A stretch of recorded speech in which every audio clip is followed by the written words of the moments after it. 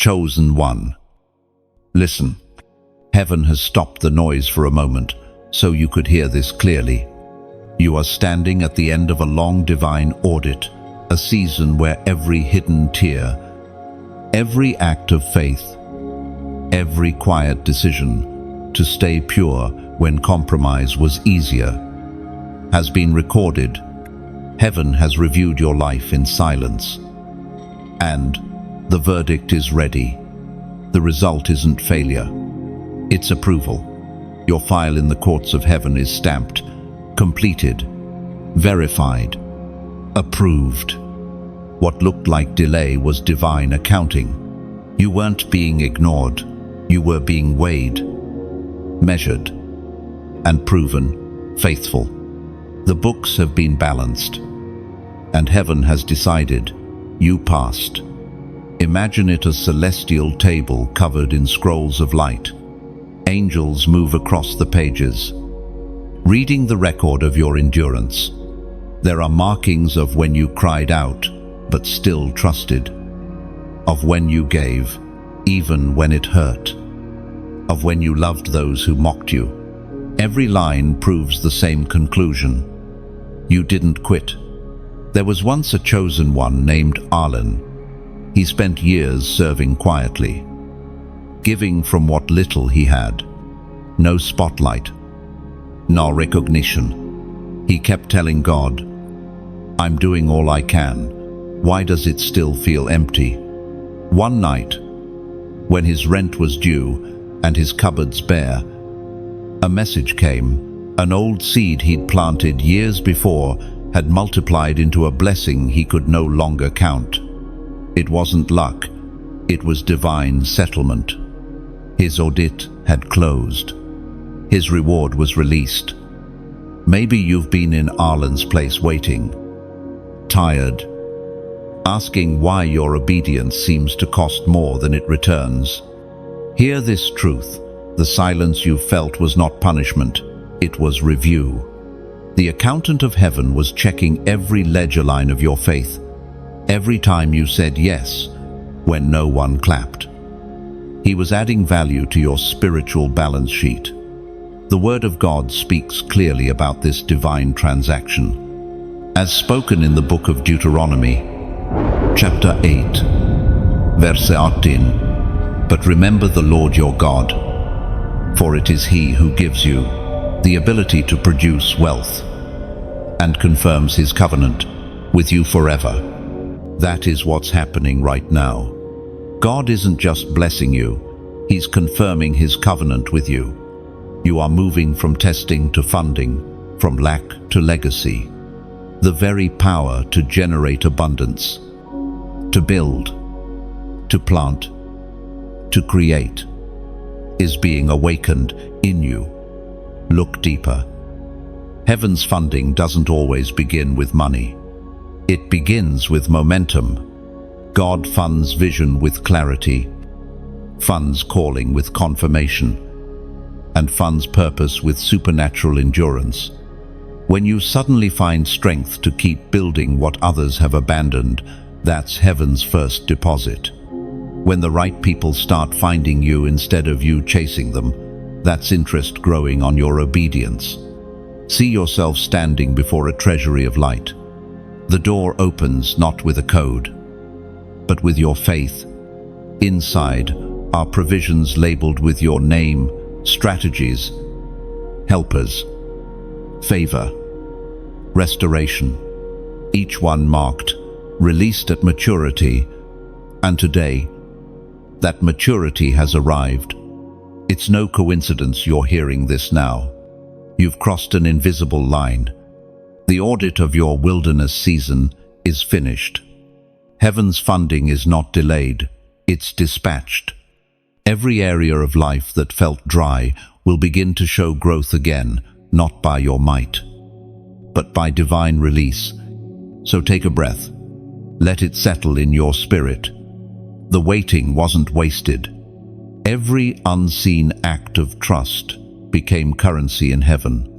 And now, heaven is returning it with interest. If something inside you stirs, If you sense the truth of this message resonating like a heartbeat, respond like this as a mark of agreement. Share it so another weary soul can remember that God still keeps records. Subscribe if you want to stay connected to this stream of messages heaven keeps pouring out.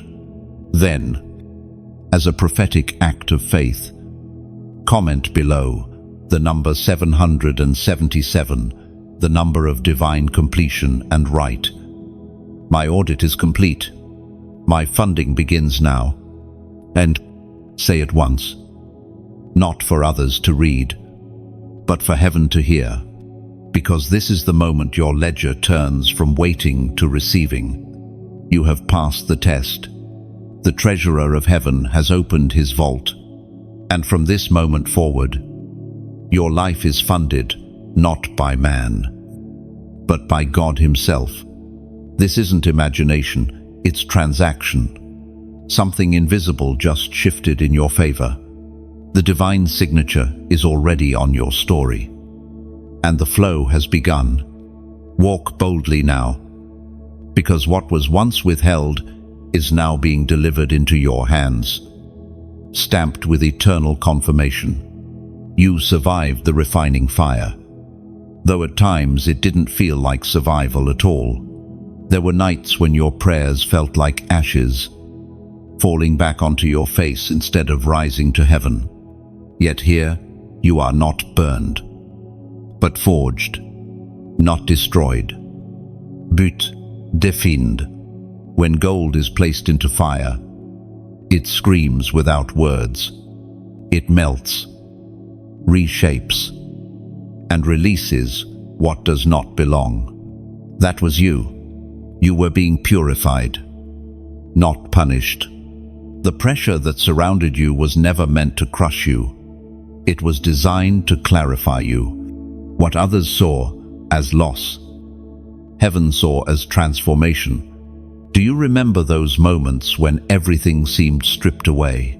The friendships that faded, the plans that collapsed, the doors that locked in your face? You thought you were being emptied, but God was not taking, he was sifting. You had to lose what couldn't survive the temperature of your calling. There once was a chosen one named Mara. She was known for her laughter, her warmth, and her generosity. But when the season of refining began, everything she built began to crumble. Her business failed. Her closest friend betrayed her, and her prayers echoed without answer. One night, she looked in the mirror and whispered, "I don't even recognize myself anymore." And heaven whispered back, "That's because the old you couldn't carry the promise." Months later, when the storm had settled, Mara began again, this time smaller, quieter, but stronger. Every decision now carried weight. Every word held compassion. What was left after the fire was not weakness, it was wisdom. So it is with you. What you lost wasn't punishment, it was pruning. The divine fire burned away what could not hold the weight of future glory. The people who left, the resources that vanished, the silence you endured, all were tools in the refining. Think of it like a vineyard. Before the season of growth, the gardener cuts the branches, leaving the vine looking bare.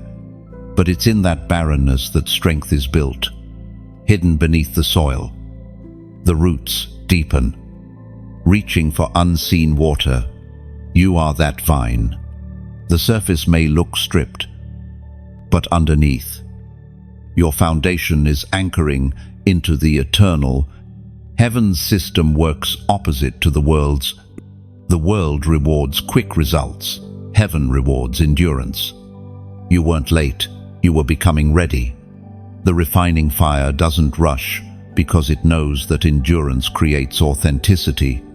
The scripture records this wisdom through the words of the Apostle Peter, as revealed in the first letter of Peter, chapter 1, verse 7. These trials have come so that the proven genuineness of your faith, more precious than gold, refined by fire, may result in praise, glory, and honor. When Jesus Christ is revealed, that's your story. Faith proven genuine, worth more than gold. The fire wasn't meant to humiliate you, it was meant to validate you. Every test you endured became evidence that your faith is real. Heaven cannot entrust power to what has not been proven. That is why you walked through flames no one else saw and came out carrying revelation they cannot understand. There's a new light in your eyes now. It's the shimmer of someone who knows survival is holy. You have learned that the fire does not consume what belongs to God, it only consumes what's false. The anger, the fear, the doubt, the pride all burned away so that purity could rise. If you could see what heaven saw during your darkest moments, you'd weep for joy. Angels standing guard while you cried on your knees. The Father's heart whispering, just a little longer. They're almost through. Every tear was fuel for transformation. Every night of silence was heaven's way of turning you from fragile to flame-proof. Now you carry something different. People will notice, though they won't understand. There's a steadiness in your tone, a peace in your pace. You no longer chase, you attract what aligns with your calling. The refining has made you magnetic to purpose. And here's the hidden beauty. Fire leaves marks, but they become your credentials. The scars are proof that you've been through something sacred. You've learned that pain can be prophetic, that loss can be language, and that silence can be the sound of heaven working. The refining season is over, but its fragrance remains. You walk now with the aroma of resilience, the quiet authority of someone who endured the flame and found God in the heat. What was once fear has turned into faith that doesn't shake. So keep walking. The fire behind you has become light for others still walking through theirs. Your endurance wasn't just for you, it's the blueprint for those who come next. You are the evidence that the refining works, that faith survives the flame, and that what God keeps in the fire, He always brings out in glory. The vaults of heaven are opening. You can feel it not in your hands yet, but in the atmosphere around you. It's the subtle shift before rain, the stillness before a long-awaited harvest. Heaven's treasury is no longer a distant concept, it's an active movement toward you. There was a time when you prayed for what you now walk in, and there was a time you thought God was ignoring you. But what you didn't see was the storage blessings being built, interest being added to your obedience. The delay was not denial, it was divine compounding. Picture this, a vast room of light. Shelves filled with unopened scrolls and sealed jars of promise. Angels moving like flames between them, checking names, measuring readiness. When your name was spoken, the room shifted. Scrolls began to unroll. Jars began to glow. The assignment marked with your name had matured. Heaven declared, release their portion. That's what's happening right now. The resources that seemed lost, the opportunities that vanished, the ideas that felt too big for your budget, all of them are returning with divine timing. You've been approved for access because your heart stayed pure when others turned bitter. There was a chosen one named Leor. He lived years with empty hands, but a full heart. People mocked his faith, saying, "If God funds you, where is your evidence?" But Leor understood, evidence always follows endurance. When the time came, his little dream turned into a movement that fed thousands. What looked like poverty became proof that God's treasury never runs dry. You, too, have reached the moment of release. Heaven's system operates by alignment, not manipulation. You cannot force a vault to open, but you can be positioned when it does. And you are now in position. The Spirit recorded a truth about this in Scripture, as written in the book of Haggai, chapter 2, verse 8. "The silver is mine, and the gold is mine, declares the Lord of hosts." That verse is more than poetry, it's policy. It means ownership has never changed hands. Every resource, every open door, every connection you need belongs to Him. And when He funds His chosen, He's not withdrawing from a limited account. He's releasing from infinity. Sometimes, heaven delays access until your motives are purified, because the vault isn't just filled with wealth, it's filled with weight. The weight of responsibility, of stewardship, of spiritual authority. And heaven will never release what could destroy your peace. So, if you waited longer than others, it's because what's coming to you carries more responsibility than others could bear. Look back. Every season of emptiness was actually training for management. You learned to create without capital, to dream without evidence, to trust without visible support. That's divine conditioning. Now, when provision comes, you'll handle it without letting it handle you. You are about to see favor flow in ways that make no earthly sense. Phone calls, contracts, ideas, support arriving without logical explanation. That's what happens when the vaults open. You move from asking for help to being chosen as the distributor of it.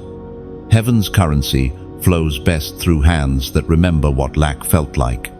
Still, this isn't about comfort. It's about commission. God funds purpose, not pride. If He's opening resources to you, it's because there's a mission attached. Every blessing carries an assignment.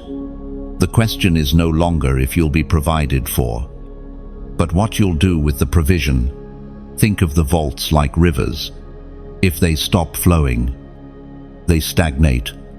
That's why heaven pours into those who pour out. As long as you stay generous, the vault stays open. The moment you hold back, it closes, not as punishment, but as protection. And now, as you stand before your release, there is a whisper in your spirit that says, "It's time." The audit is complete. The refining is done. The funding has begun. You are no longer standing in line. You are standing in flow. So take a deep breath. Let faith replace fear. You are no longer praying from a position of lack, but from partnership. Heaven isn't reluctant to bless you. It's excited to. When you're ready, write this in the comments as a prophetic act of agreement. The vaults open. All 3 words, yet they carry the weight of surrender and faith. When you type them, you're not performing an online gesture. You're declaring in the spiritual realm that you accept the transfer heaven has prepared for you. It is your digital signature on a divine contract. As your fingers move, heaven recognizes the motion of obedience. It's how faith becomes visible, how unseen doors begin to unlock. So type it not as repetition, but as revelation, a statement that the resources meant for you are now released, and nothing can shut what God has opened.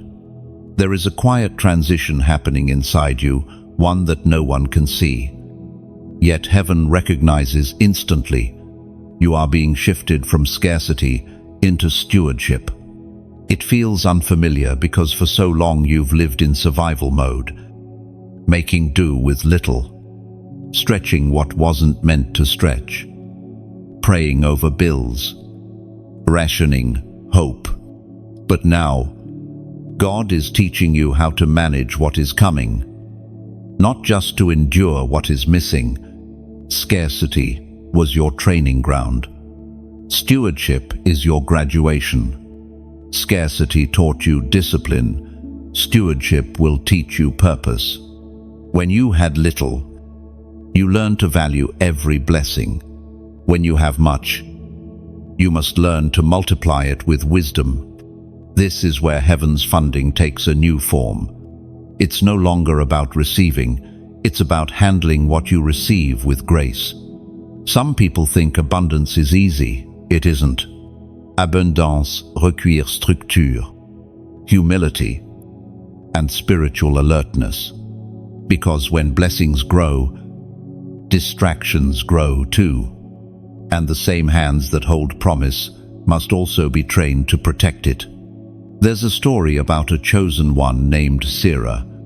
For years she lived on just enough strength to get through the day, enough faith to keep praying, enough love to forgive one more time.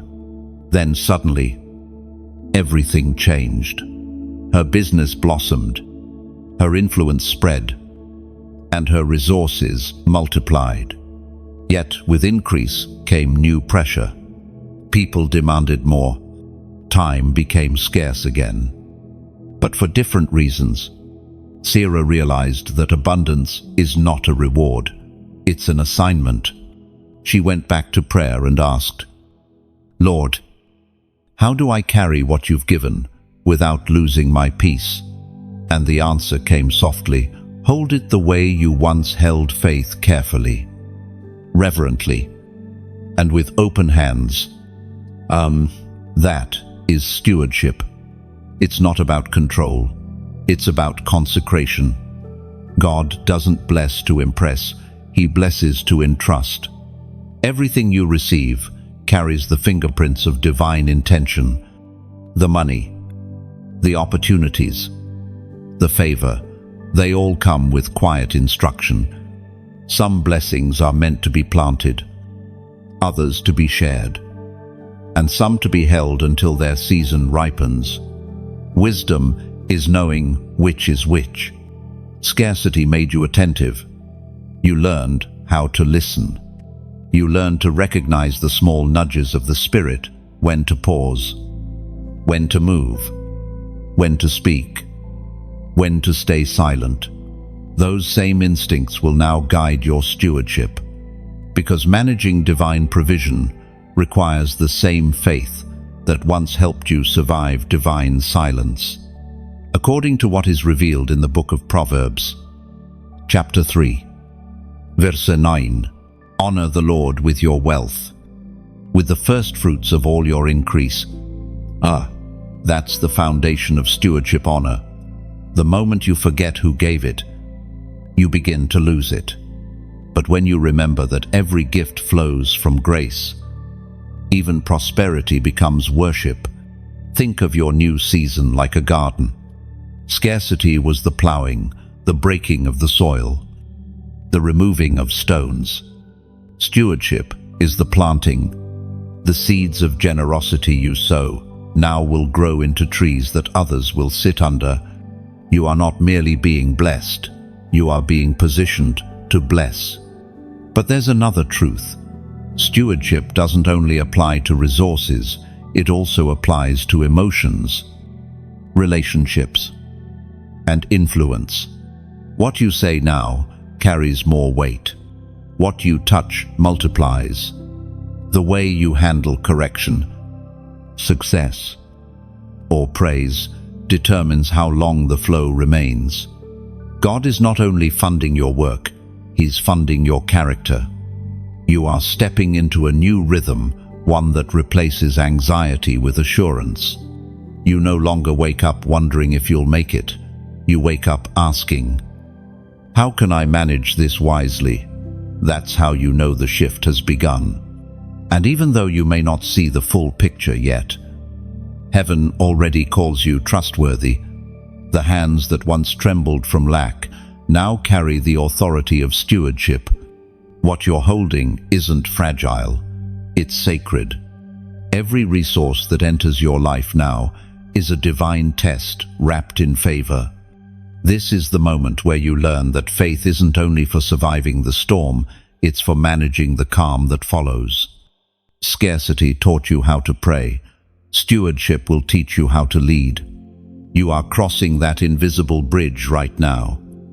And heaven is watching not to judge, but to celebrate that you've learned the rhythm of responsibility. You no longer carry the mindset of survival, you carry the mantle of management. This isn't about holding more, it's about holding it with holy intention. Heaven trusts your hands now. Every decision you make echoes beyond you, shaping legacies unseen. Stewardship isn't pressure, it's partnership with divine purpose. There are moments when heaven gives you quiet confirmation, not through thunder, not through dreams, but through small signs that whisper, the flow has begun. You begin to notice the difference. The resistance feels lighter. The confusion starts clearing. You sense peace where pressure once lived. That is how heaven signals that you have entered your funding season. This season doesn't always begin with dramatic miracles. Sometimes it begins with divine coincidences, a conversation that opens a door, a forgotten opportunity returning, a bill suddenly paid, a prayer quietly answered. You realize it's not random. Heaven has moved from silence to signal. The vaults are open, and the stream has started to reach you. There was once a chosen one named Dalen. For months, he worked without recognition, sharing encouragement with people who never replied, pouring love into projects that didn't seem to grow. He almost gave up until one day, a single message arrived from someone whose life had changed because of his words. That message became the seed of a ministry that touched thousands. He understood then, God never lets obedience go unfunded. You are now standing in that same flow, and though your surroundings might not fully show it yet, something in the unseen has already shifted. You're walking in alignment. You're breathing under open heavens. As written in the book of Psalms, chapter 115, verse 14, may the Lord cause you to flourish, both you and your children. That's not a wish, it's a promise. When God funds your life, it's not just about provision, it's about continuation. Your obedience today creates waves that reach generations. Heaven doesn't deal in moments, it deals in legacies. Now, imagine your life as a lantern in the dark. The flame is divine purpose, but the oil that keeps it burning, that's partnership. God often chooses to use others to pour oil into the lamps of those carrying His message. When people give, when they share, when they support, they become part of the miracle. That's why messages like this exist not to demand, but to remind that what touches your spirit is meant to flow through you. Some will share the word, letting it ripple outward like light reflecting on water. Some will feel stirred to sow, not because they must, but because they recognize the soil, they know it's fertile, honest, and meant to bless many more lives. Think of it this way: when you water a garden, you don't lose water, you multiply life. A drop given in faith becomes a river that nourishes countless others. The act of giving, whether through sharing, subscribing, or sowing, is like adding oil to the flame, ensuring it never goes out. But understand this clearly: you are never pressured, never obligated. True giving is never demanded. It is desired. It flows from gratitude, not guilt. If you feel peace as you listen, that's your confirmation. If not, your prayer alone is more than enough. Heaven never forces the heart, it invites it. Still, if your heart says, "I want to be part of what God is building here," then your act of support in any form becomes holy participation. Click like if this word has met you where you are. It's like dropping a small stone into a still lake. Ripples of faith move outward, reaching unseen shores. Share it. If you know someone still waiting for their confirmation, you might be the bridge heaven uses to carry light into their night. Subscribe if you feel called to stay near this fire, to walk with those who listen for heaven's whisper together. Connection here isn't a number, it's a continuation of light. And if your heart stirs with peace, and you whisper, "I want to keep this light alive," then donate not out of pressure, but as a sacred exchange. Think of it as pouring a cup of oil into a shared flame. Your drop joins countless others, keeping this lamp of revelation burning for those still lost in darkness. Because every click, every share, every seed sown in faith becomes part of a river of light, flowing farther than you can see, touching hearts you'll never meet, carrying heaven's message where your voice can't reach. You are not giving to me, you are giving through me, to the purpose that sent this message to your heart.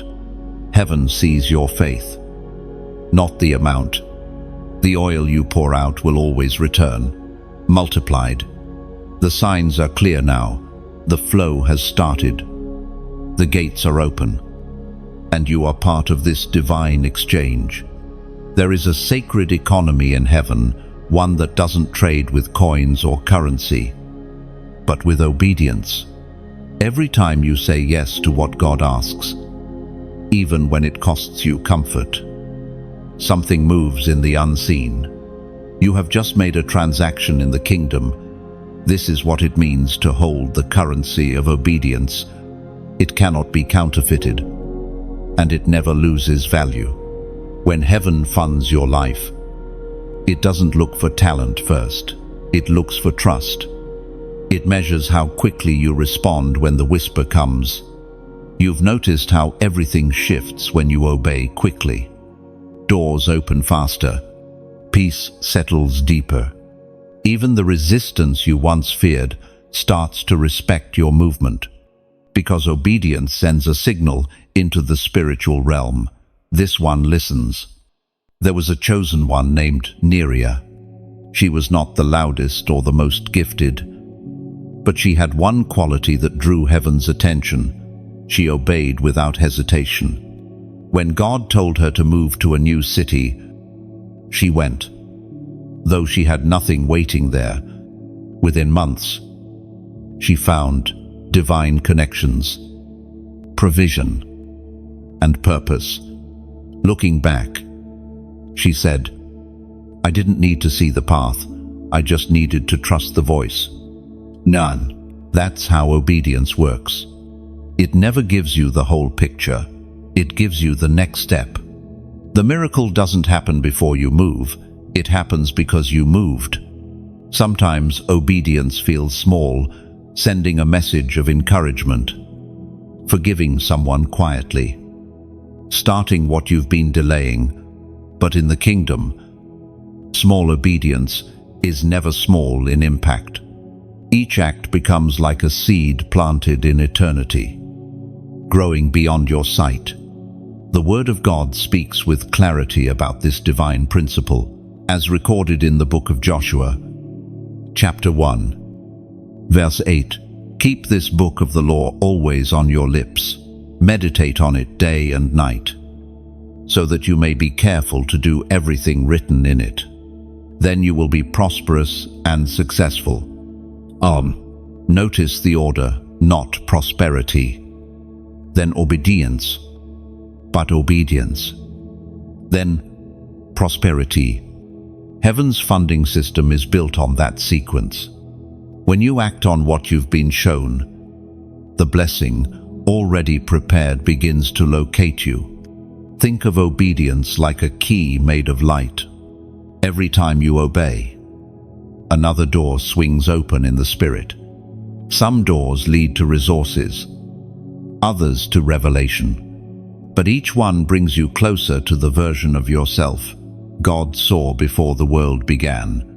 The enemy fears obedient people more than powerful ones, because obedience multiplies impact without announcement. It doesn't need recognition to be effective. It simply moves when God speaks, and heaven rushes to align everything around that motion. Sometimes you hesitate because obedience feels risky. You ask, what if I lose? But the real question is, what if this is the door I've been praying for? Every act of obedience is a trade. You exchange certainty for destiny, and destiny always pays more. Look back at your life. Every major breakthrough came after a step of obedience. You spoke when silence felt safer. You walked away when staying seemed easier. You trusted when logic warned you not to. Those were divine transactions, and heaven remembers everyone. In the book of Romans, Paul wrote that faith comes by hearing, but faith matures by doing. Hearing without action keeps you in theory. Action turns faith into manifestation. You are no longer in theory, you are in activation. Imagine yourself standing at a crossroads. One path is familiar, the other is unknown but illuminated. Heaven waits to see which direction you'll take.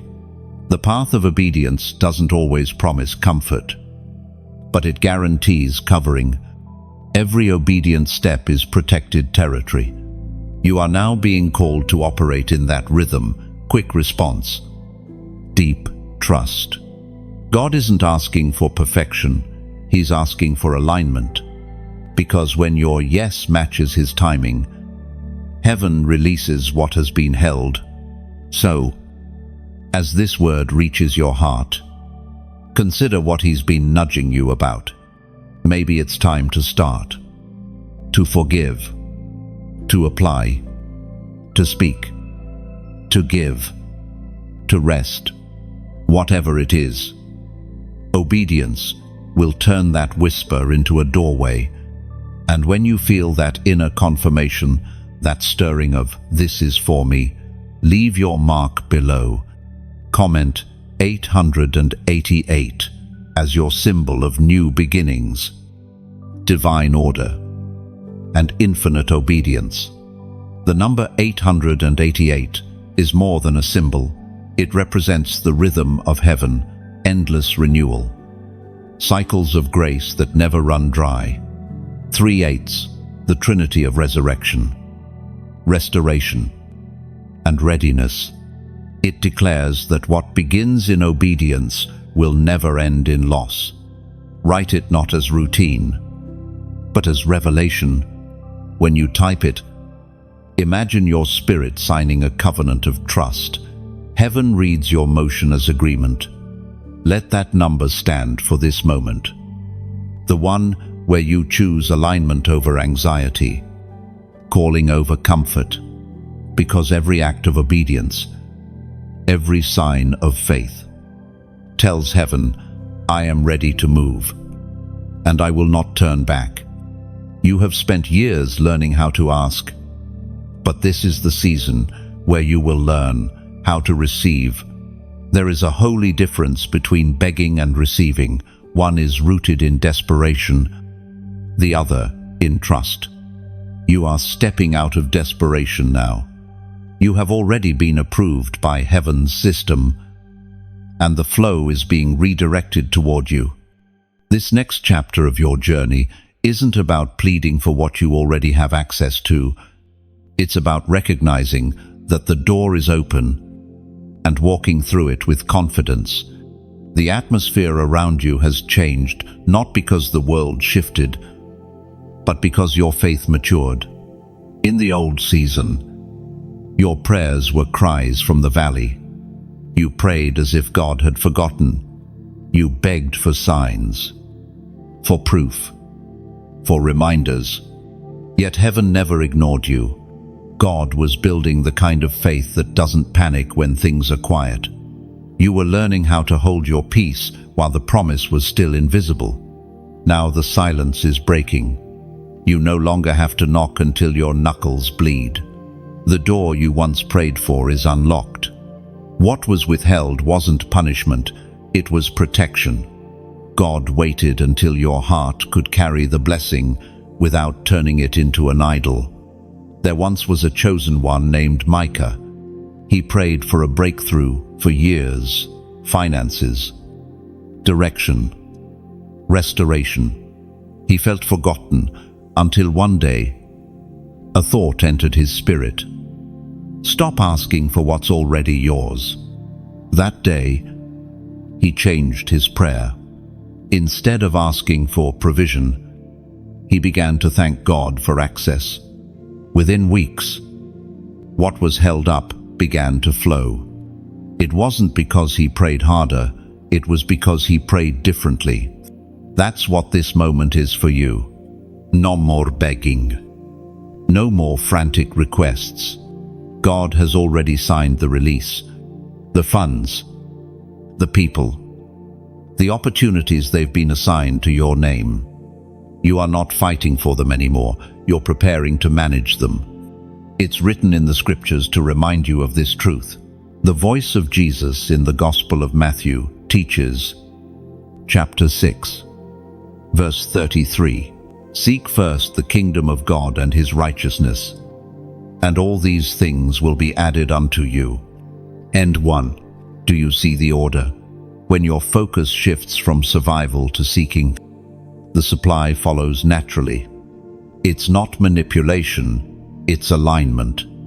Heaven doesn't respond to panic, it responds to posture. Receiving requires posture, an open heart, open hands, open schedule. Many people pray for blessings yet remain too closed to catch them. You must make room for what's coming. Clean out the old fears, the worn-out expectations. Make space for fresh provision.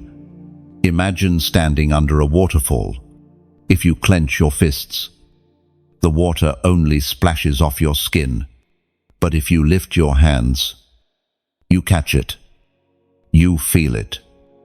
You're filled. That's the posture of receiving. Heaven isn't withholding, it's overflowing. This is why God had to teach you patience first, so you wouldn't confuse timing with rejection. You had to unlearn the language of lack. For too long, you spoke from scarcity. I'll never have enough. I'm always overlooked. Nothing ever works for me. But those words built walls around your blessing. Now, new words are replacing them. I am trusted. I am ready. I receive. End of 4. Receiving doesn't mean passivity. It means expectation without anxiety. It means resting in readiness, knowing that what is for you cannot pass you. This confidence isn't arrogance, it's alignment. It says, I no longer chase what God already chose for me. Thing. The world teaches you to grab and compete. Heaven teaches you to align and receive. You are learning that the peace of trust is stronger than the panic of pursuit. Every chosen one eventually reaches this realization that begging is for those who still doubt they belong. But you have graduated from the posture of pleading. You've proven your faith through waiting, through refinement, through obedience. Now you stand not as a beggar at the gate, but as an heir inside the house.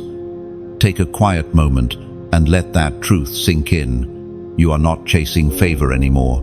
Favor is finding you. Every place you step, provision has already gone ahead.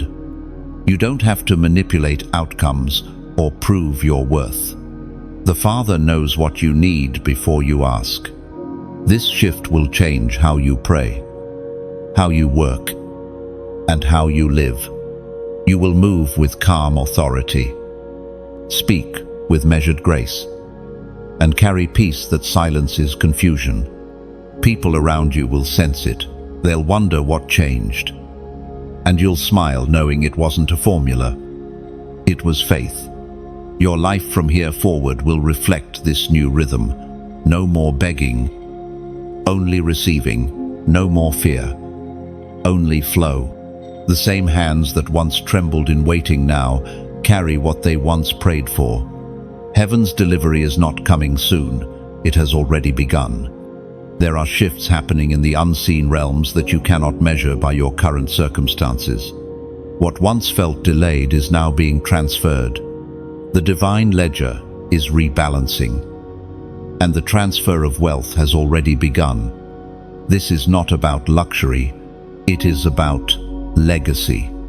It is not the glorification of riches, but the redistribution of resources from the hands of the careless into the hands of the faithful.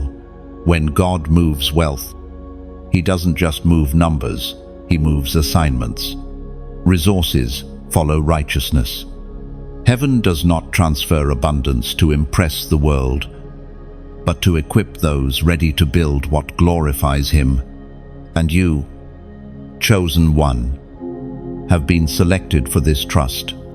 Think of the world as a vast network of channels, rivers of influence, ideas, finances, and connections. For a long time, those rivers flowed toward greed and self-promotion, but heaven has been rerouting the current, redirecting streams toward hearts that carry integrity. You are part of that rerouting. There was a woman named Hadara, a quiet believer who worked in a small workshop, repairing things others threw away. One day, she found herself promoted into leadership without seeking it. When she asked her boss, why? He said, "You don't just fix what's broken, you see purpose in what others discard." What she didn't realize was that her natural eye reflected heaven's perspective. God was transferring authority to those who see value where others see waste. That's what's happening globally, a silent handover. The loud and proud may still seem to rule, but behind the curtain, God is reassigning what belongs to His faithful. Influence is changing ownership. Creativity is shifting platforms. Finances are leaving manipulation and moving toward mission. The kingdom's accountants are at work. The prophet Hosea once spoke to this same moment in time. Through the prophet Hosea, it was declared, chapter 2, verse 21, "In that day I will respond, declares the Lord. I will respond to the skies, and they will respond to the earth." This means heaven listens, creation responds, and everything aligns when divine timing arrives. What once resisted you will now recognize you. The systems that ignored you will suddenly favor you. Because this transfer isn't just material, it's atmospheric. Heaven is shifting recognition, trust, and access. And yet, this isn't a season for pride. The transfer comes with weight. The more God gives, the more He expects stewardship. The currency of this new era is not money, it's faithfulness. Those who misuse the flow lose it. Those who honor it multiply it. That's why your preparation was long, because your portion carries responsibility. You had to learn how to hold blessing without letting it own you. Many are asking God for increase, but only the tested can handle transfer. You have passed through testing. You have proven that your heart won't shift with status. Think of it like a great tree. Before the fruit grows, roots spread unseen. The soil of humility you've cultivated has made room for branches of abundance. The deeper your roots, the wider your reach. And now, fruit is appearing not to decorate, but to feed others. Heaven's transfer is not a lottery, it's a trust. God doesn't release what will lead you away from Him. He releases what will remind the world that He still reigns. The wealth of this world is being redefined. It is no longer just gold and silver, but creativity, influence, revelation, and peace. And He is giving it to those who know how to pour it back into His purpose. Soon, you will notice signs, unexpected doors opening, resources appearing at the right moment, people coming into your life who carry answers you didn't know you needed. These are not coincidences, they are confirmations. Heaven's circulation system has identified you as a vessel. But remember, a vessel can only stay full if it keeps pouring. The transfer is never meant to end with you, it is meant to flow through you. When your heart stays generous, the flow remains unstoppable. Look around, you are not just a recipient of blessing, but a participant in a movement. Every provision that reaches your hand is a message. You are trusted to handle what others wasted. End 2. Let that truth settle into your spirit. You are standing in the middle of a divine exchange. The transfer has begun. The flow has found you. And heaven's economy is moving in your direction. Stay humble. Stay ready. And watch as everything once withheld now flows freely into your purpose. This isn't temporary, it's transformational. What's coming isn't fleeting fortune, but generational foundation. You are not collecting wealth, you are cultivating legacy.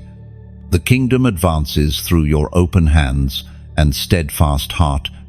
There are moments when heaven brings paperwork from the unseen realm to the visible. This is one of those moments. Your name has been written on heavenly contracts. And what was once delayed by human systems is now being signed in the Spirit. These are not ordinary documents, they are divine agreements. Promises activated, destinies reissued, with your signature of faith. You may not see the ink, but the evidence will soon surround you. God has been reviewing the blueprints of your life, the assignments that were waiting for approval.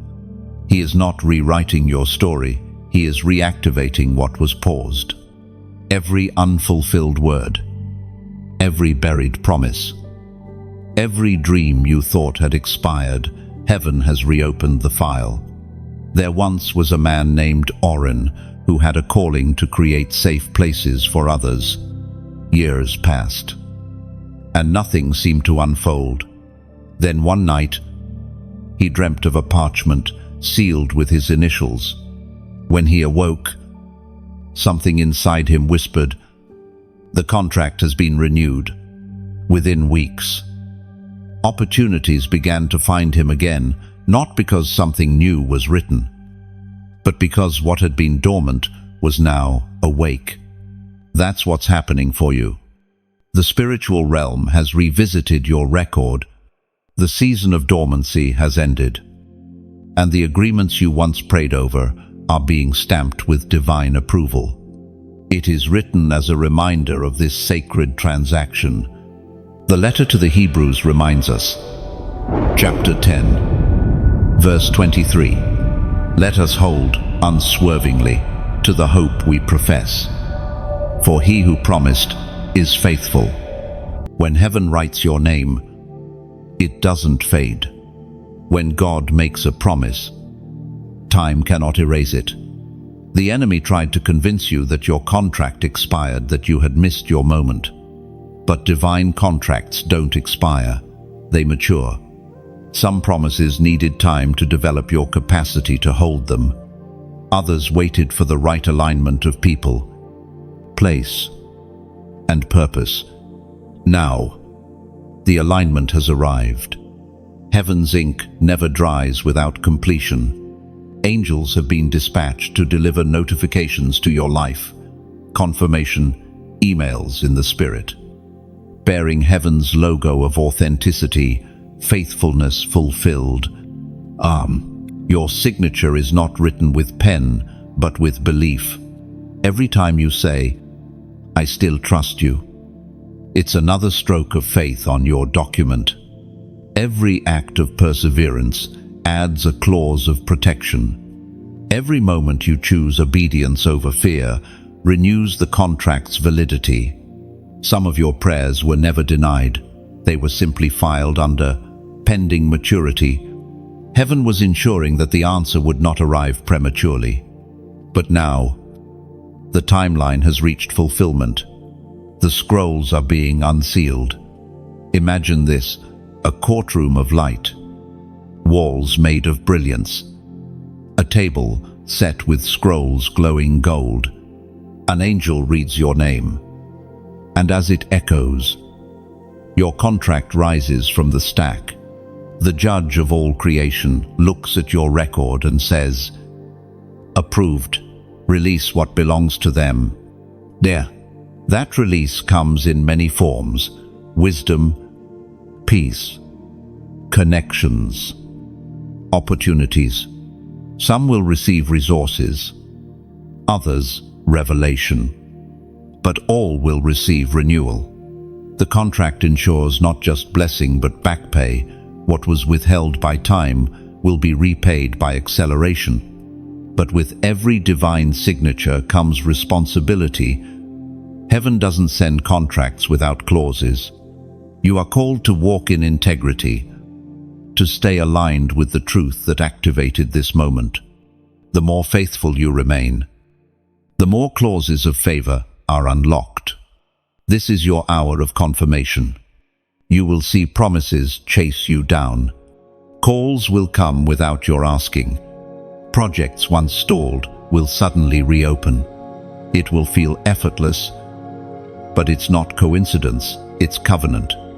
And when you sense that inner confirmation, when your spirit whispers, "This is for me," let heaven see your agreement. Comment, "It's sealed." Just 2 words, yet they carry power. When you type them, you aren't posting for attention. You're declaring in faith that your name has been written, your contract has been sealed, and your promise has entered fulfillment. It is your digital amen, your visible yes to what heaven already released. You don't have to chase what's signed in your favor. All that's left is to walk in confidence, knowing your name is already on the paper and your purpose is already in motion. When you type, "It's sealed," imagine heaven echoing the same words back to you. Those 2 syllables become your signature of faith, not ink on paper, but fire on destiny. It tells every delaying force, the matter is closed, the promise stands fulfilled. And see, this isn't superstition, it's alignment. Writing it is an act of agreement, a seal pressed into wax, marking that heaven's decision is final. You aren't trying to convince God, you're confirming what He already completed. Each, "It's sealed," whispers through eternity. The covenant still holds. End of 4. There is a holy weight that comes when heaven decides to trust you with overflow.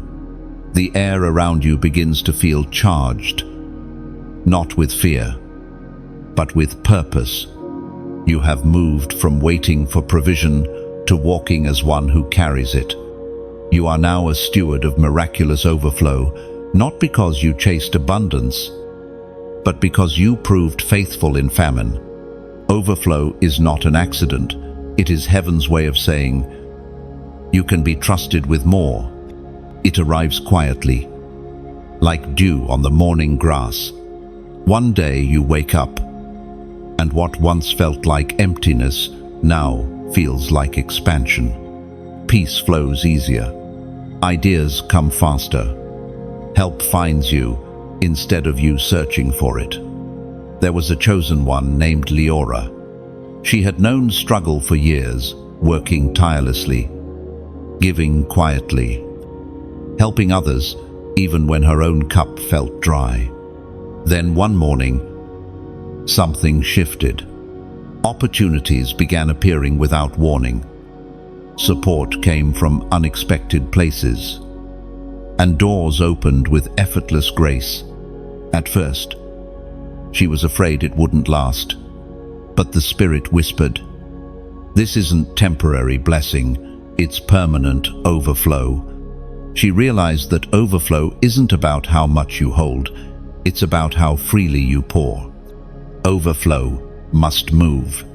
The moment you hoard it, it loses its purity. But when you share, when you give, when you release it, it multiplies. Heaven's law has always been simple. What you pour out becomes what you live from. It is written to remind us of this truth.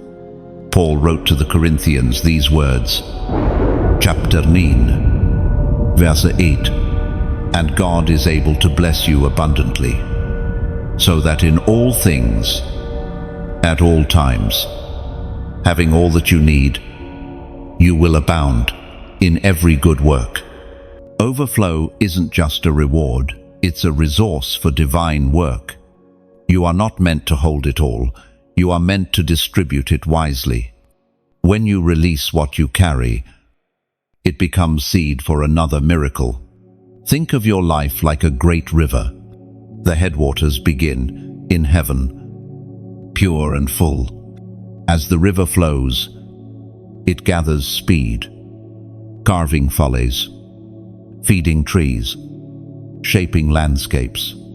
If the river ever stops flowing, it becomes a swamp still, stagnant, lifeless. But when it flows, everything it touches flourishes. You are that river. The blessings moving through your life are not meant to stop at you. They are meant to bring life wherever they go. When you share these messages, when you give, when you support what God is doing here, you're not funding a platform, you're extending the river. Every like you give is like a drop of rain joining the current, helping it flow farther. Every share is like opening a new channel where the water can reach dry ground.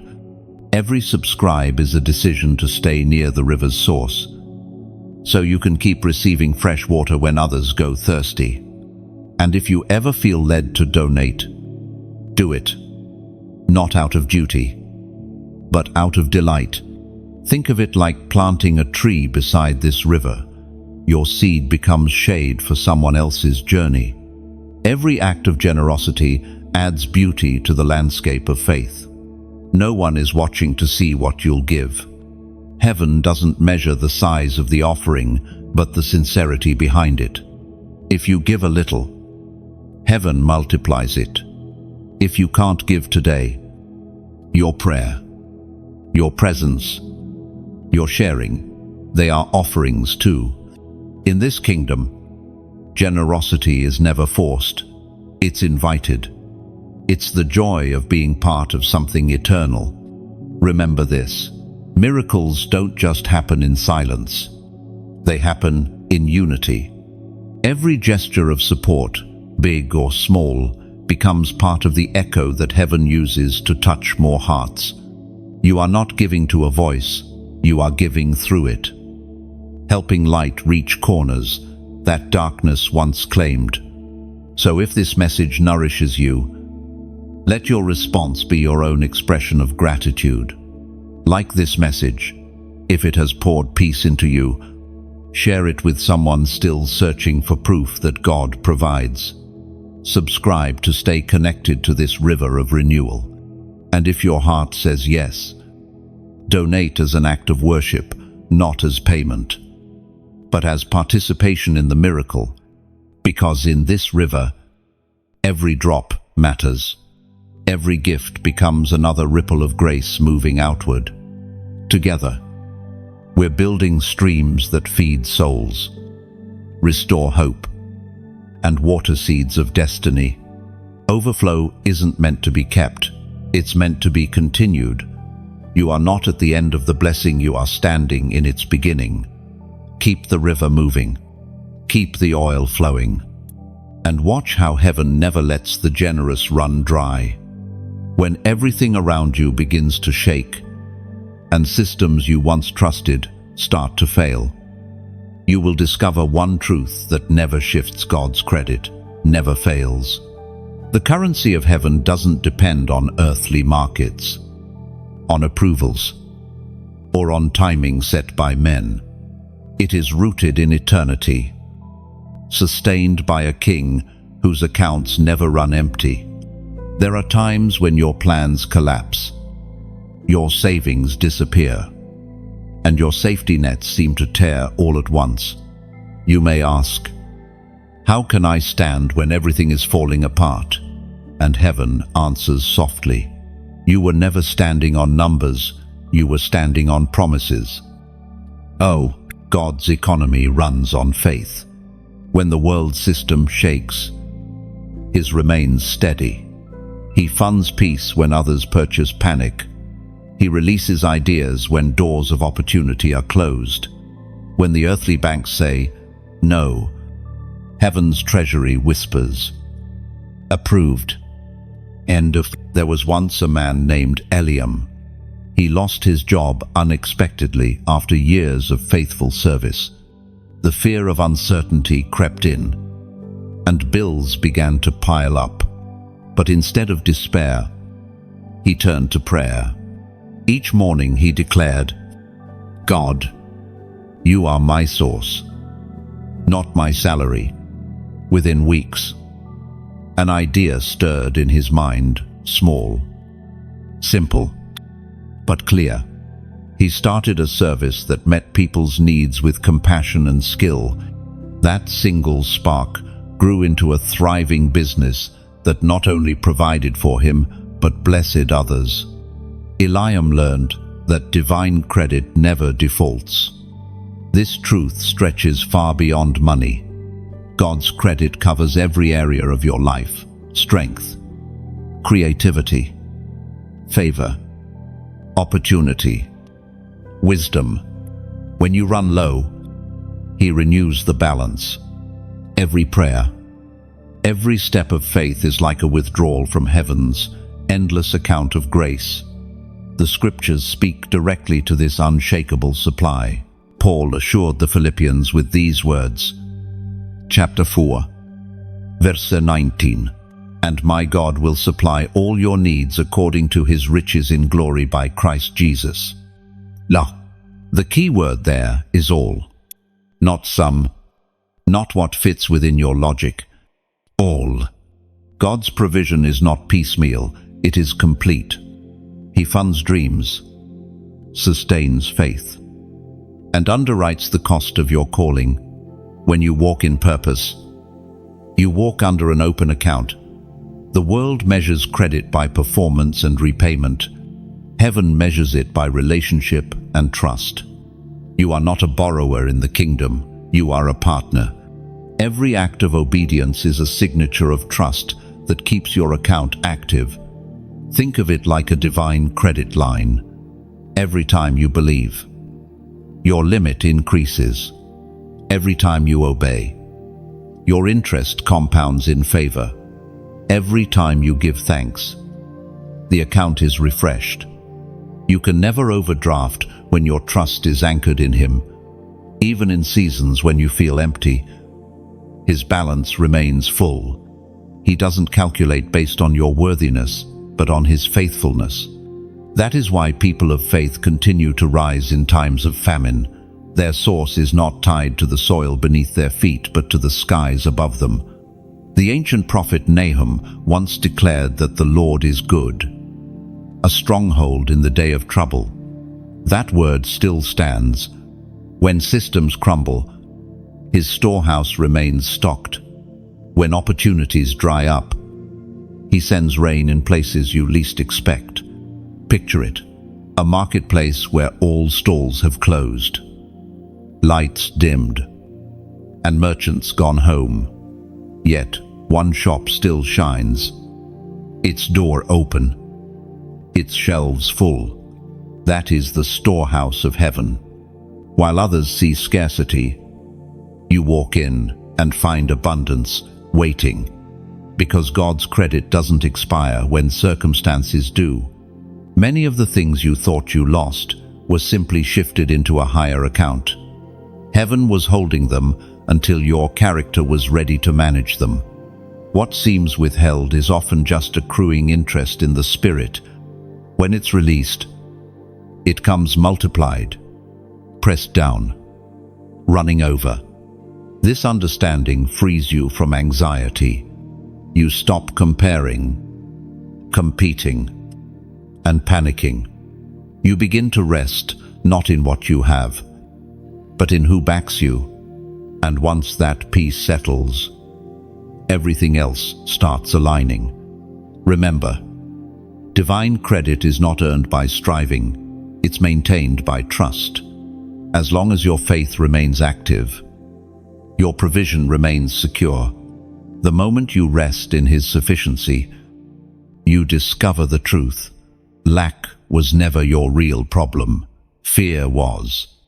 So breathe deeply. Heaven has already approved the transaction. The receipts of past faithfulness are still valid, and the same God who covered yesterday will cover tomorrow. Your account in heaven is active. Your name recognized. Your provision certain. God's credit never fails. It doesn't fluctuate with the market or shrink with mistakes. It remains limitless, backed by the integrity of the one who cannot lie.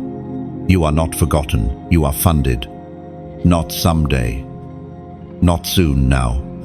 You have walked through the fire, crossed the waiting, and learned the rhythm of obedience.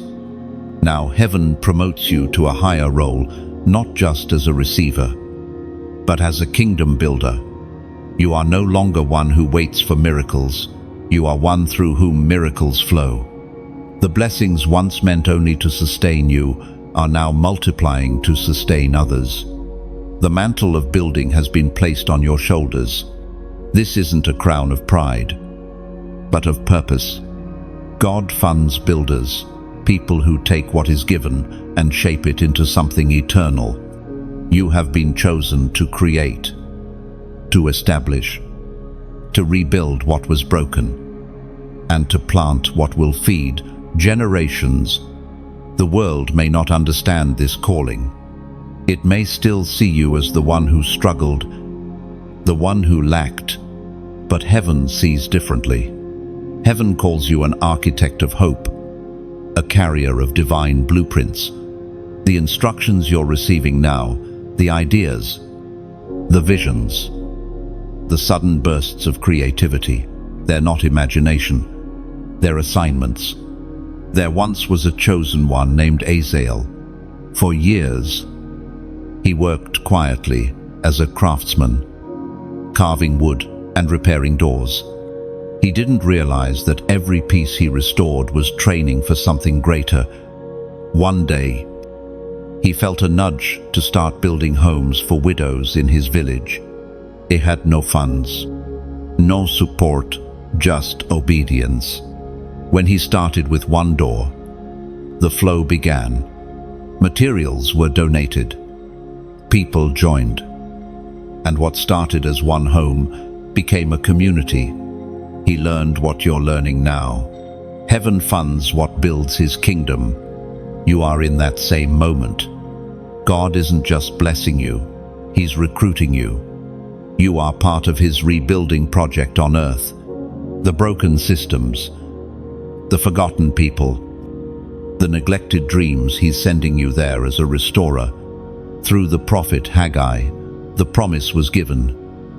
Chapter 2, verse 9. The glory of this latter house shall be greater than the former, says the Lord of hosts, and in this place I will grant peace. This is your word. Greater glory is coming, and you are the vessel through which it will manifest.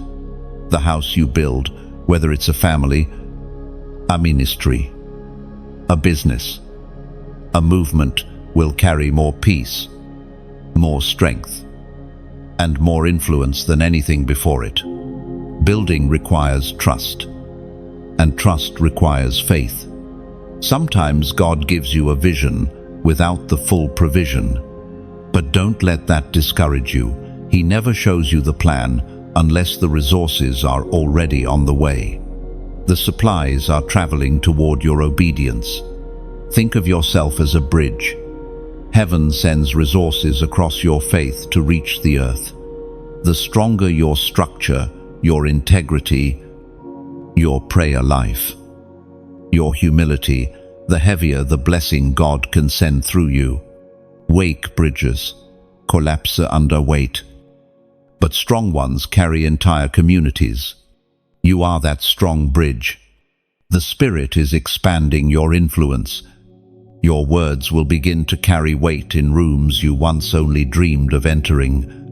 Your hands will build what others doubted could stand, and your generosity will repair what the world thought was too broken to fix. You are no longer just living for yourself. You are carrying blueprints for a generation. There will be moments when you feel small again, when your progress seems slow, but every stone laid in obedience is a foundation for something far greater. The work you do now is not wasted. It's being recorded in heaven's archives. Soon, you will see what you're building take form. The connections, the partnerships, the divine alignments, they'll appear just when the next phase begins. You won't have to chase them. They'll arrive right on schedule, carrying the exact tools and resources you need. And when that moment arrives, when the blueprint in your heart begins to take visible shape, pause and mark the moment. Leave a symbol of faith below. Comment 1111. The number 1111 represents divine establishment, the foundation of new creation. It is heaven's way of saying, "This is built on me." Four ones standing side by side: unity, alignment, purpose, and stability. It's a spiritual cornerstone, a declaration that what you're building is not temporary but eternal. Write it as a statement of trust. I am a kingdom builder. When you type 1111, you're signing your name at the bottom of heaven's construction plan. It's not a superstition, it's a symbol of partnership, a reminder that what begins in obedience will end in glory. You have been entrusted with the tools, the wisdom, and the courage to construct what others only dreamed of. The mantle of the builder rests on you now, and heaven stands ready to fund your blueprint. When God decides to elevate you, He doesn't do it in secret. The very people who once misunderstood you, who dismissed your struggle, who spoke lightly of your faith, they become witnesses to what divine promotion looks like.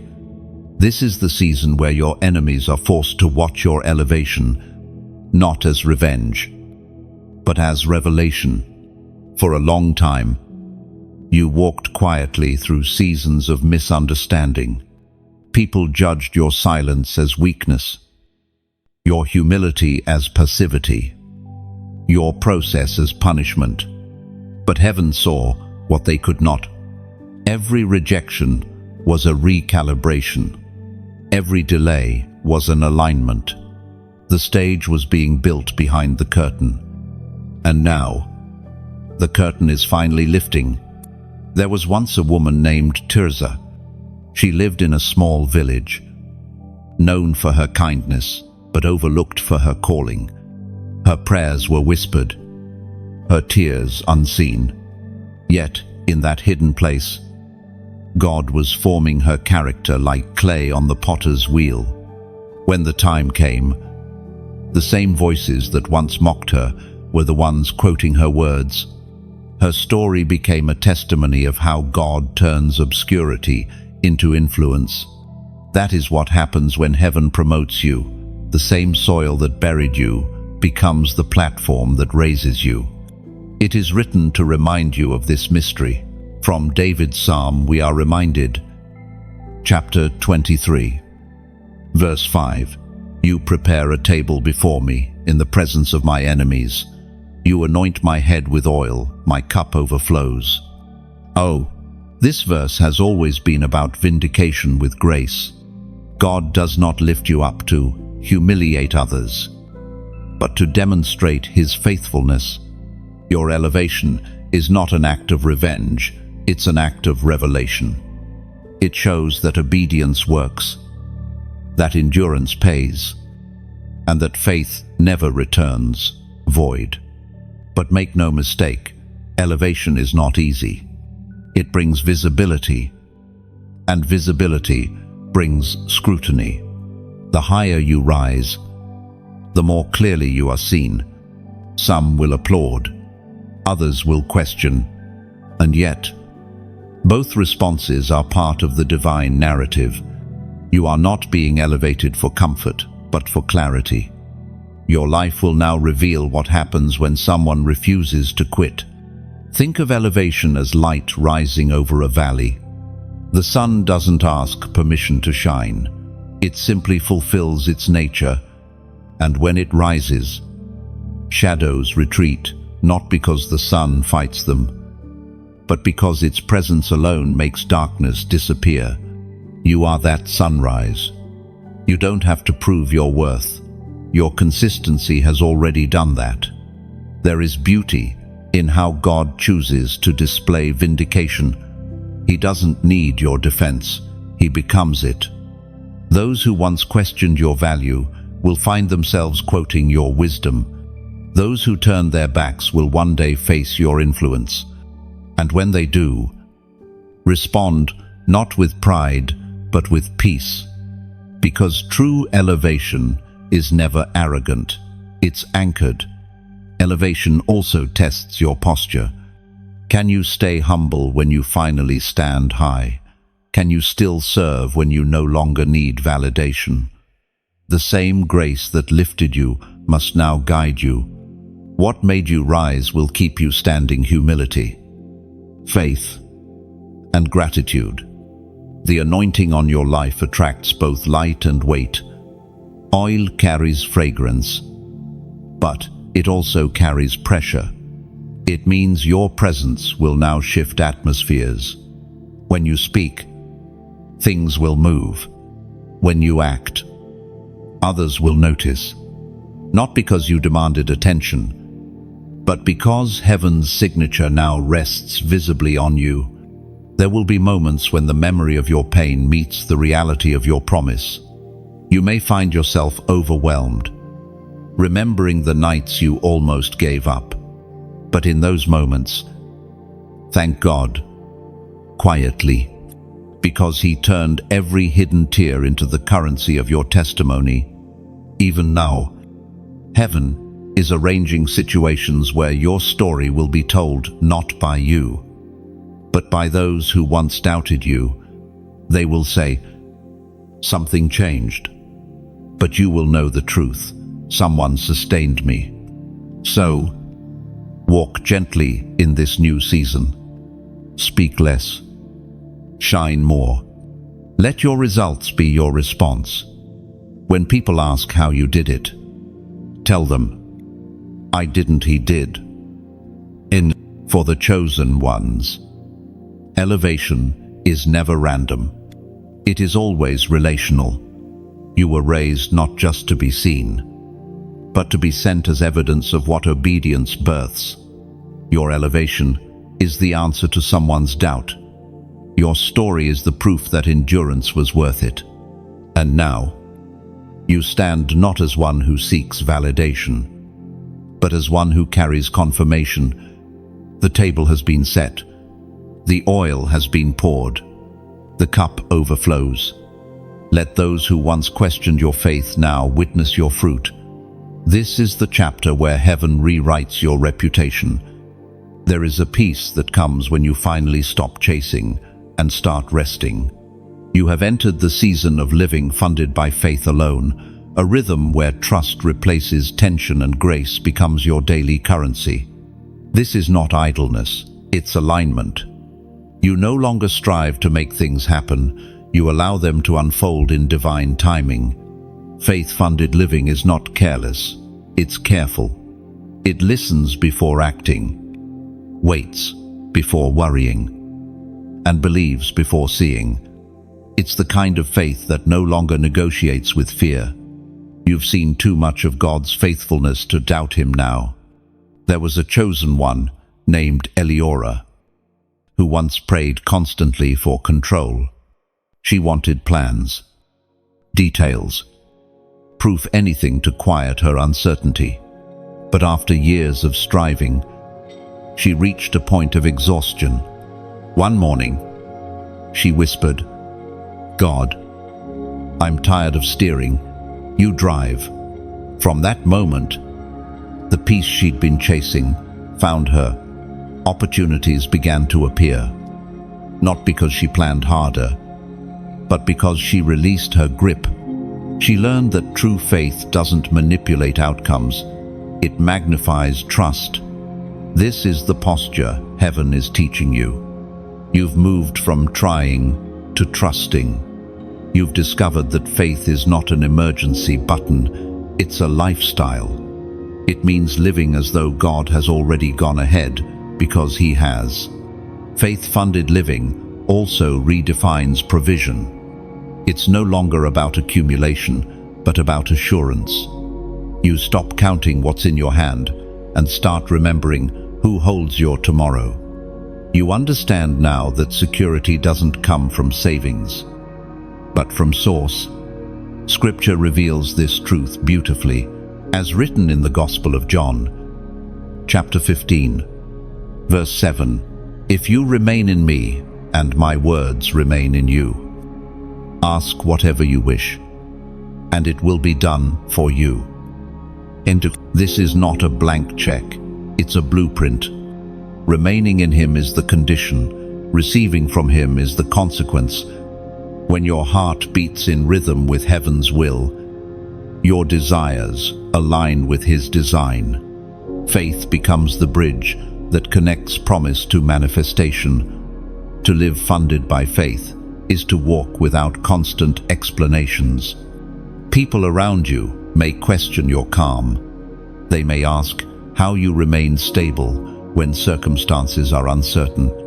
But you've learned that peace doesn't depend on proof. It depends on presence. Faith is not the absence of storms, it's the assurance that the waves can't drown you. Even when resources seem thin, faith whispers, provision is already en route. When doors seem closed, faith says, the right one hasn't appeared yet. You've noticed that when you stop forcing things, they begin to fall into place. This is not coincidence, it's divine choreography. God was never late, you were just early. Now, you walk in step with his timing.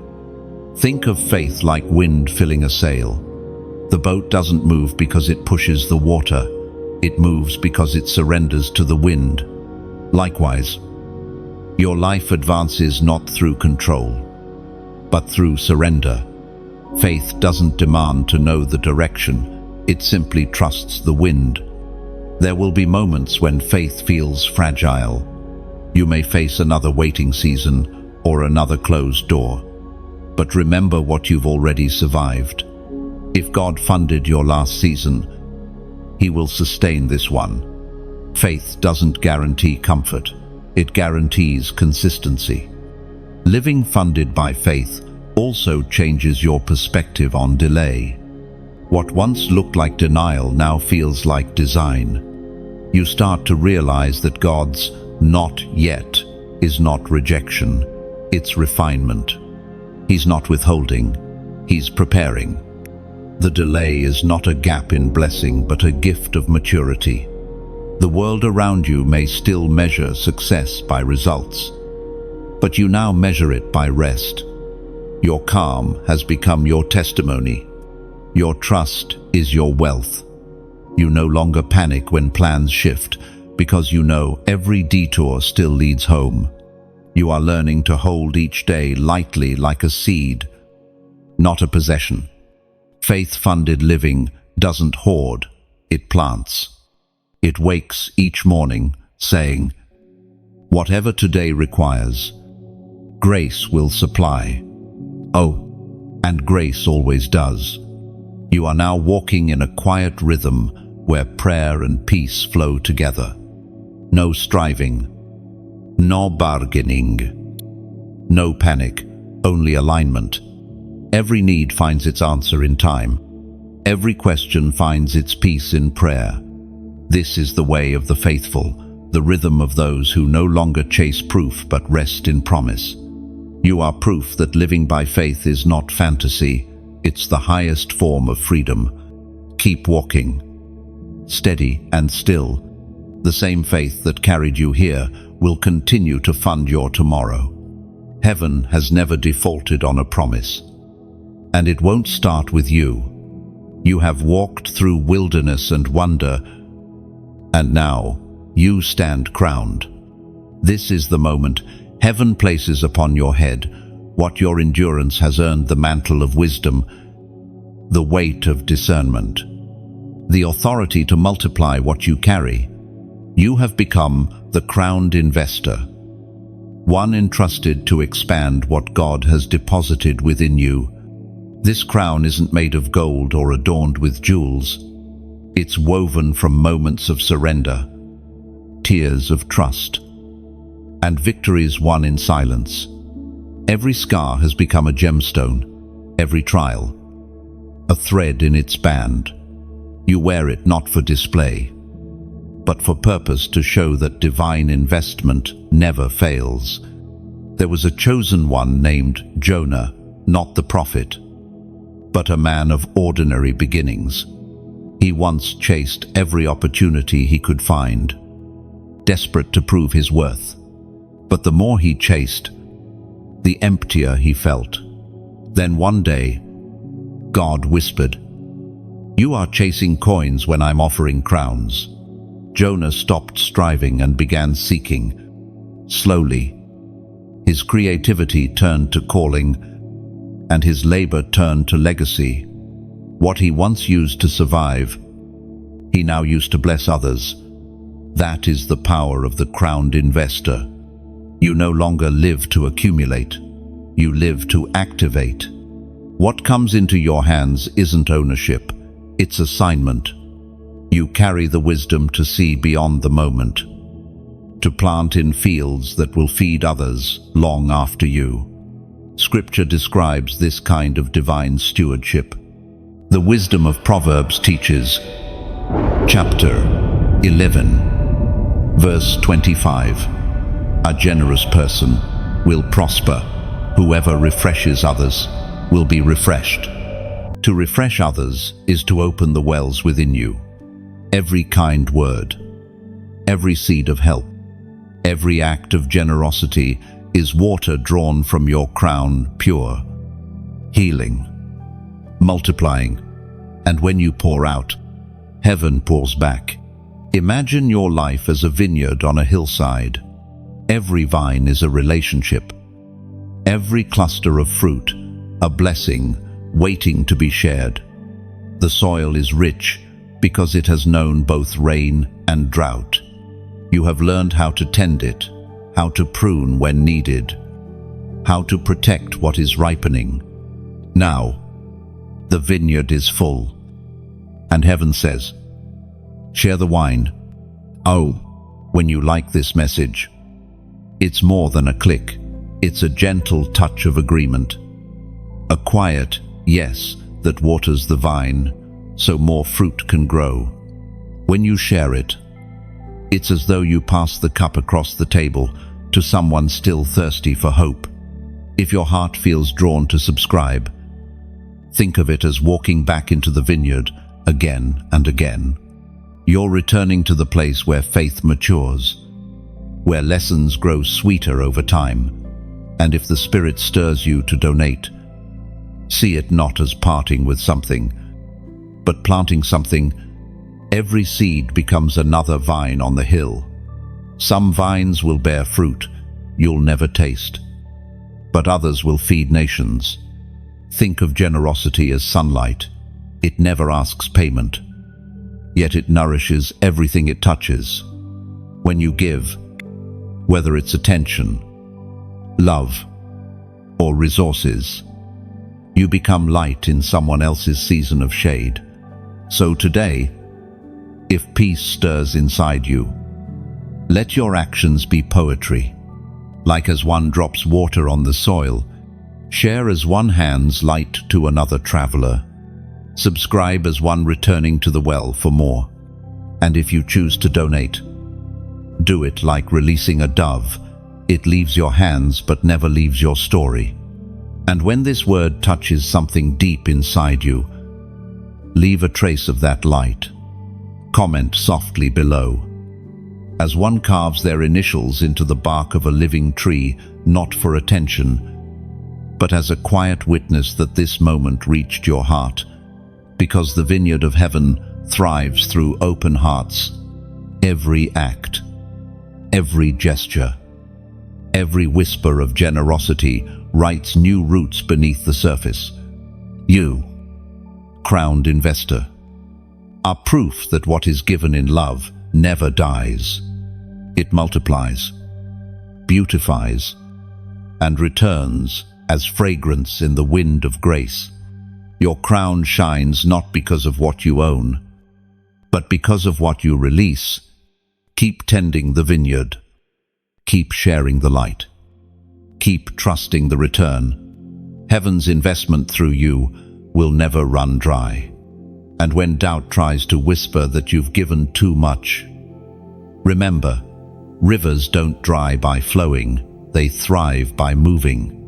What you release in love will find you again, reshaped as favor, multiplied as peace. The vineyard you've nurtured will bloom in every direction. Let your crown remind you, abundance was never about possession, but participation. You are the proof that generosity is the language of eternity. Keep living as heaven's investor. Your harvest is already unfolding. Every flow that begins in heaven carries both power and purpose. It was never meant to be reckless. It was meant to be refined. Now that you stand in your season of abundance, heaven whispers a new instruction: guard the flow. To guard the flow doesn't mean to close it. It means to honor it. It's understanding that what you carry is sacred, and that favor requires discipline. Many receive blessing, but few know how to preserve it. The key to lasting prosperity is not effort, it's awareness. Awareness of where your flow comes from, and of what can quietly drain it. There was a chosen one named Samara. When her season of breakthrough arrived, she rejoiced. Doors opened, opportunities overflowed, and joy filled her life. But soon, the noise of success began to compete with the stillness of her spirit. She was giving endlessly, but praying less, helping everyone, but resting nowhere. One evening, she felt empty again, not from lack, but from leakage. That night, in Kier's conviction, she heard the words, "You guarded the gift, but not the connection." From that moment, she returned to the well of worship, and the flow became pure again. Guarding the flow is an art of balance, generosity without depletion, visibility without vanity, movement without losing peace. It's about remaining rooted in humility while your influence expands.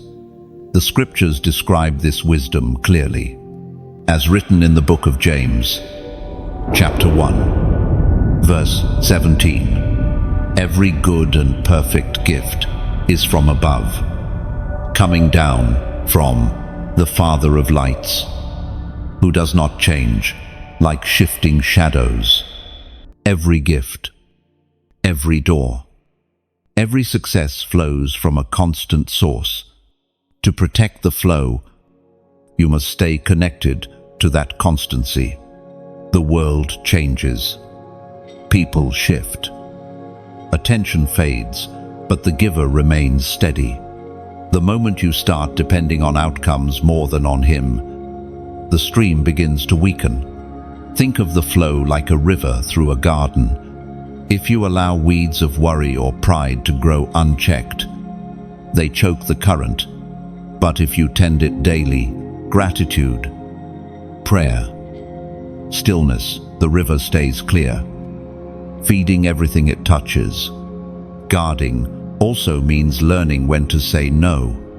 Some requests will sound noble but carry hidden drain. Some opportunities will look golden but cost your peace. Not every open door is divine. Some are distractions dressed as destiny. Discernment is your gatekeeper. When you say no from wisdom, you're not rejecting, you're redirecting the flow to where it can bear fruit. This season, heaven is teaching you boundaries that bless. Rest is no longer optional, it is obedience. Reflection is not laziness, it is stewardship. Just as a musician guards the silence between notes to preserve the beauty of the melody, you must guard the quiet that surrounds your calling. Without it, the sound of your life loses clarity. Gratitude is another layer of protection. Nothing shields the flow like thanksgiving. When you remain thankful, greed cannot root itself. Complaining is a leak. It drains joy and draws heaviness. Gratitude seals the cracks. Each morning you awaken. Whisper, thanks not for the abundance alone, but for the awareness to handle it well. There will always be temptation to compare, to measure your flow against another's. But the river you guard is not theirs, it is tailored to your assignment. Comparison invites corrosion, contentment preserves clarity. The more you focus on your own current, the stronger it becomes. Guarding the flow also means guarding your words. What you speak determines what stays. Speech can either bless or block. When you declare fear, you muddy the stream. When you speak faith, you purify it. Be selective with confession. Your tongue holds the faucet to your favor. And do not forget, guarding doesn't mean isolation. God never asked you to be a reservoir. He called you to be a channel. Share freely. Love deeply. Serve humbly, but do it from overflow, not exhaustion. It's not selfish to rest. It's strategic. A cup that never refills cannot keep pouring. As you protect the flow, heaven entrusts more to it. The clearer the stream, the further it reaches. Your diligence becomes worship. Your discipline becomes devotion. So, pause often. Check your heart the way a gardener checks the soil. Ask, is the water still clear? If not, step back to the source. He will cleanse, refill, and strengthen what the world tried to pollute. You have become a steward of abundance, a guardian of grace. The flow that once carried you is now carried through you, but it will remain pure only as long as you stay near the fountain. Guard it gently, guard it daily, and let it run forever clear. There comes a moment in every divine story when heaven no longer walks beside you, it walks within you. This is that moment. What began as calling has become communion, and the line between your will and God's will has started to blur. You have entered the final chapter, the eternal partnership sealed. This partnership is not a contract signed in ink, but a covenant written in spirit. It is built not on performance, but on presence.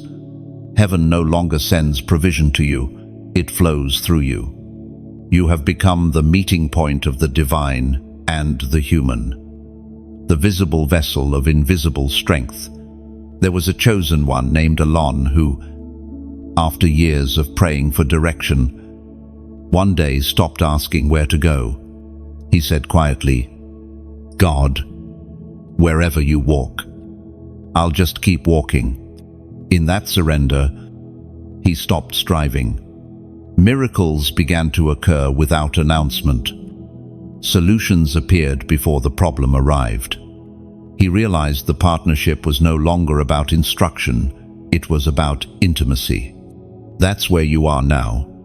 This is no longer about assignments or rewards. It's about walking in rhythm with the one who chose you.